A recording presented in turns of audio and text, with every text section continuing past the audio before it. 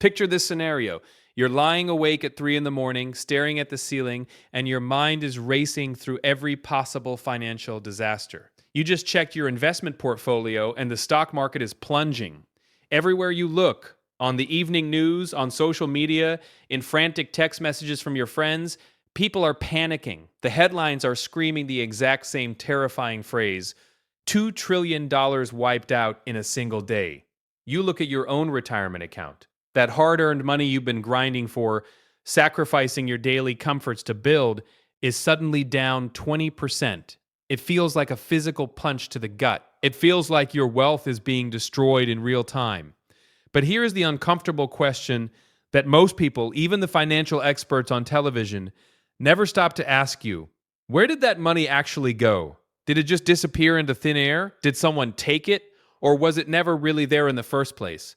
Because the absolute truth is, when the stock market crashes, money doesn't just evaporate, it moves. And understanding this single concept will change the way you see market crashes, money, and wealth building forever. My name is Leo, and I spend way too much time thinking about money, financial psychology, and why some people effortlessly build generational wealth while the middle class stays stuck in a constant cycle of panic and paycheck-to-paycheck survival. If you are someone who wants to understand the real mechanics behind wealth building, instead of just hoping things will magically improve, make sure to hit that subscribe button and give this video a thumbs up if it ends up helping you see money differently. Now, let's talk about the greatest illusion in the financial world: the invisible wealth transfer. To figure out where your money goes when the market bleeds red, we have to completely rewire how our brains think about the stock market. Most people treat the market like a giant, secure bank vault.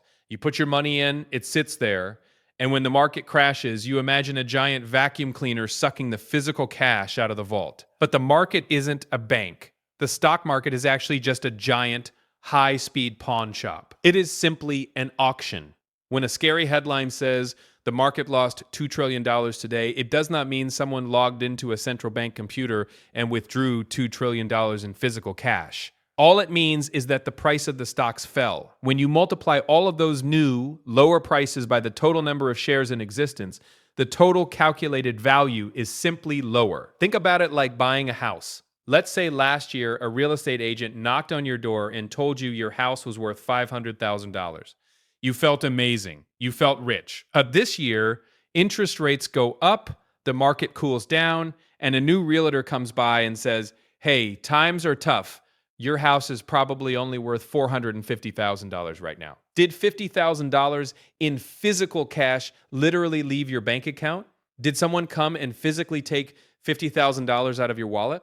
Of course not. Nothing physically moved. The only thing that changed was the price someone else is willing to pay you for your house right now.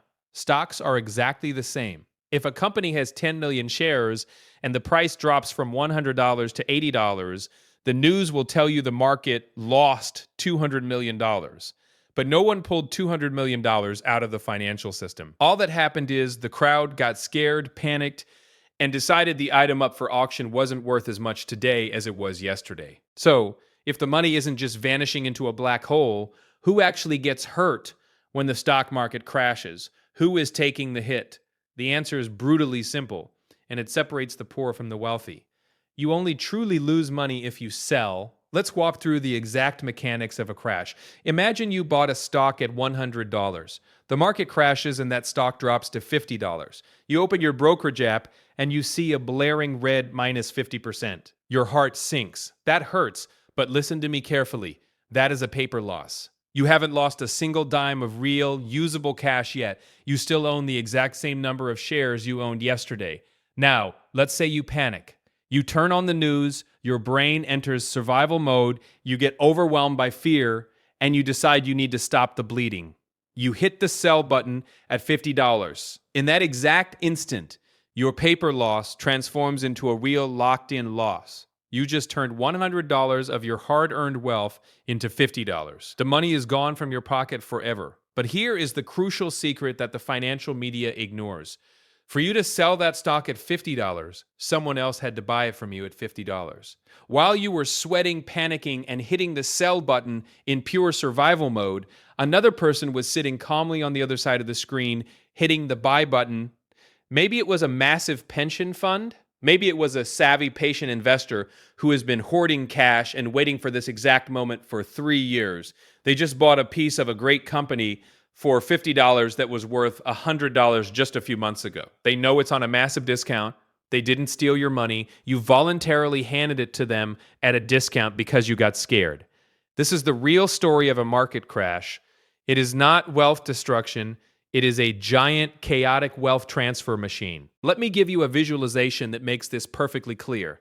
Think of the entire stock market as a massive, crowded room full of people. Everyone is holding on to very expensive, high-quality jackets. These jackets represent your stocks. Suddenly, someone in the back of the room yells, "Fire!" That shout is the bad economic news. It's an inflation report, a bank failure, or a global crisis.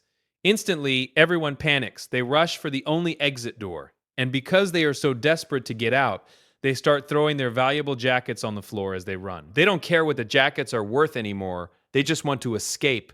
The people who get crushed and lose everything are the ones who panic and throw away their jackets.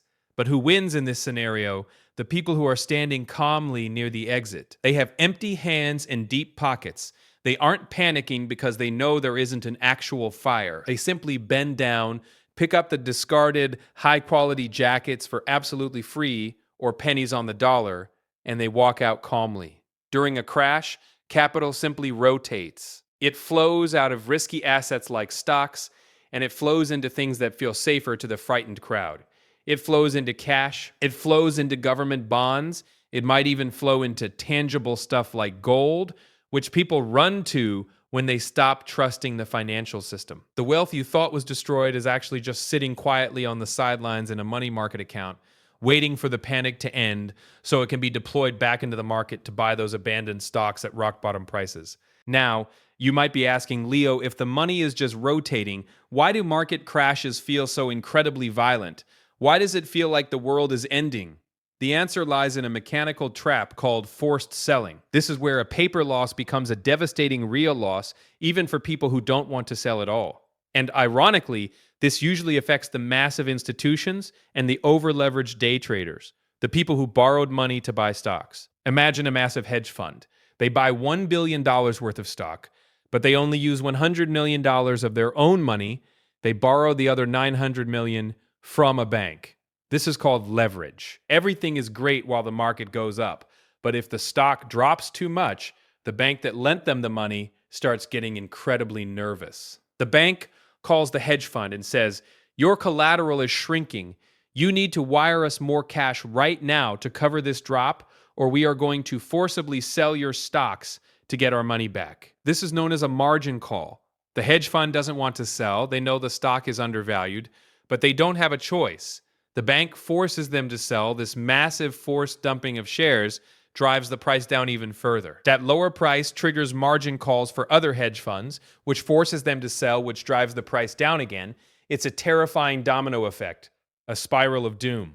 During this institutional chaos, market liquidity completely dries up. It becomes impossible to find buyers who are willing to step in. This is the exact moment when the everyday retail investor looks at their screen and genuinely believes their money is disappearing into the void because the selling pressure is so aggressively one-sided. But remember, the money isn't gone. The buyers are just hiding. They are patiently waiting for the forced selling spiral to hit rock bottom before they step out of the shadows. Let's look at the ultimate modern example, the 2008 financial crisis. When Lehman Brothers collapsed, it was the ultimate fire in a crowded theater moment. The S&P 500 plummeted. The news headlines were screaming about trillions of dollars being lost forever. Millions of over-leveraged homeowners were forced to sell. Big banks were forced to sell. If you were just a regular middle-class person holding a standard index fund and you checked your retirement balance in March of 2009, your portfolio looked absolutely decimated. You had a massive paper loss. And if you let your brain operate in pure survival mode, if you panicked and sold everything, you locked in that loss. You gave your wealth away at the exact worst possible moment in history. But who was on the other side of your trade? Who was quietly buying up the stock market in March of 2009? It was the people who understood this wealth transfer concept. It was institutional buyers who had raised cash months prior. It was everyday, disciplined investors who kept their jobs, kept their nerve, and blindly continued contributing a portion of their paycheck into their portfolios every single month. They were the calm people near the exit, bending down and picking up the jackets that the panic sellers had thrown on the floor. If you bought into the S&P 500 in March 2009, you weren't just recovering a loss. You were buying a ticket to one of the greatest, most explosive bull markets in human history. The money wasn't destroyed in 2008, it was simply handed over, transferred on a silver platter from the impatient panic sellers of 2008 to the patient, disciplined buyers of 2009. This is the profound psychological shift you need to make if you ever want to escape the middle class trap. When you build up a solid cash buffer, it physically reduces the cortisol in your brain. You stop operating in survival mode, where every market dip feels like a deadly threat, and you start seeing opportunities. So here is the ultimate takeaway that most people will completely miss, and it might be the only thing you need to remember from this entire video. Stop checking your portfolio value every single day during a crash. That red number on your screen, it is just today's auction price. It is a meaningless paper loss until you hit sell. The only thing you have absolute control over is your own identity. Will you be a panic seller or will you be a patient buyer? When the next stock market crash arrives, and trust me, it will arrive, and you see those terrifying headlines trying to trigger your survival instincts, take a deep breath and ask yourself two simple questions. Do I have cash? And can I afford to do absolutely nothing? If the answer is yes, then the scariest, bloodiest moment in the stock market might just become the greatest financial opportunity of your entire life. Start building your foundation of cash today, because your future self is counting on the decisions you make right now. Trust me, they will thank you for it.